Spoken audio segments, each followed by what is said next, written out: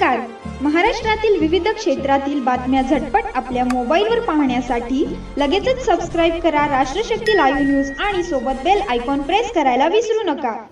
सुधाकर पंत परिचारक यांना अभिवादन करून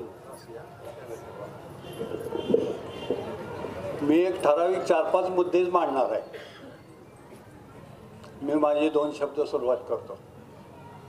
गेली जवळजवळ 40 वर्ष श्रीमंताबरोबर मी काम केलं. वेगवेगळ्या इलेक्शनमध्ये प्रचारालाही फिरलो.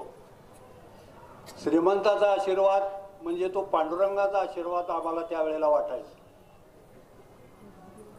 त्यावेळेला मला वाटतं या भागून पहिल्यांदा इलेक्शन झालं नगरपालिकेचं, त्यावेळेला बाळासाहेब डोंबे नगराध्यक्ष होते.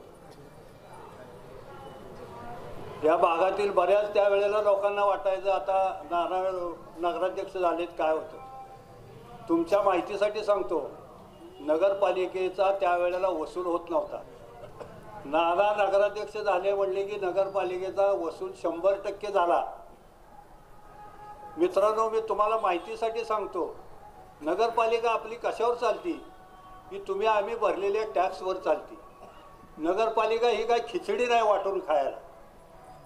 त्यात एकसूत्रीपणा असल्याशिवाय कुठल्याही संस्थेचा कारभार हा व्यवस्थित चालत नाही. हा इतिहास आहे आणि वस्तुस्थिती आहे.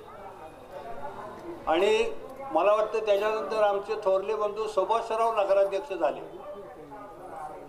नगरपालिकेची त्यावेळेला सुद्धा परिस्थिती वाईट होती. कर्मचाऱ्यांचा पगार सुद्धा भागत नव्हता मालक. अतिशय म्हणजे नगरपालिकेचं उत्पन्न तुटपून होतं. त्याच्यामुळं आमच्या बंधूंनी नगरपालिकेची पेट्रोलची गाडी वापरली नाही. हा इतिहास आहे. स्वतः सायकलवर नगरपालिकेत जायचे आणि यायचे. अशा पद्धतीनं नगरपालिकेचा कारभार करावा लागतो. सगळ्यात महत्त्वाची गोष्ट म्हणजे आपण सर्वजण ह्या भागाचे नागरिक आहे. आपण नगरपालिकेला आपल्या घराचा टॅक्स भरतो. दरवर्षी मी लक्ष्मण तात्या 55,000 रुपये नगरपालिकेला भरतो.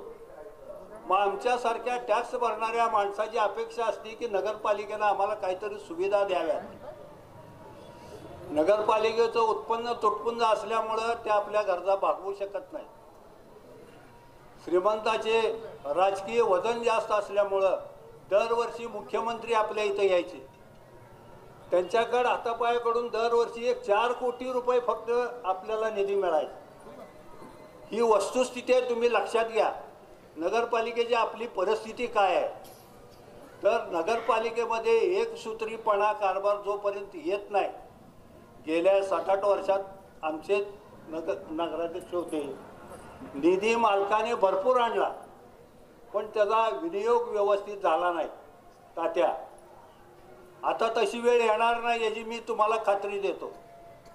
श्रीमंताने आता प्रशांत मालकाने असे चेले सगळे उभे केलेले आहेत की पुढच्या सगळ्या गोष्टीची जबाबदारी त्यांनी पंढरपूर वासियांची घेतलेली आहे.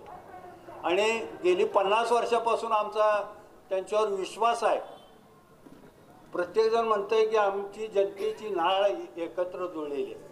अहो, कधी आला होता तुम्ही पंढरपूर वासियांची सेवा करायला आणि काय केलं तुम्ही आमच्यासाठी हे एकदा दाखवून तरी द्या. अशा बऱ्याच गोष्टी आहेत. आणि पंढरपूरचा विकासच करायचा असेल तर तुम्ही काय तर तुमचा कार्यक्रम असा जाहीर करा ना की आम्ही अमुक करू तमुक करून त्याच्यासाठी निधी असा उपलब्ध करू.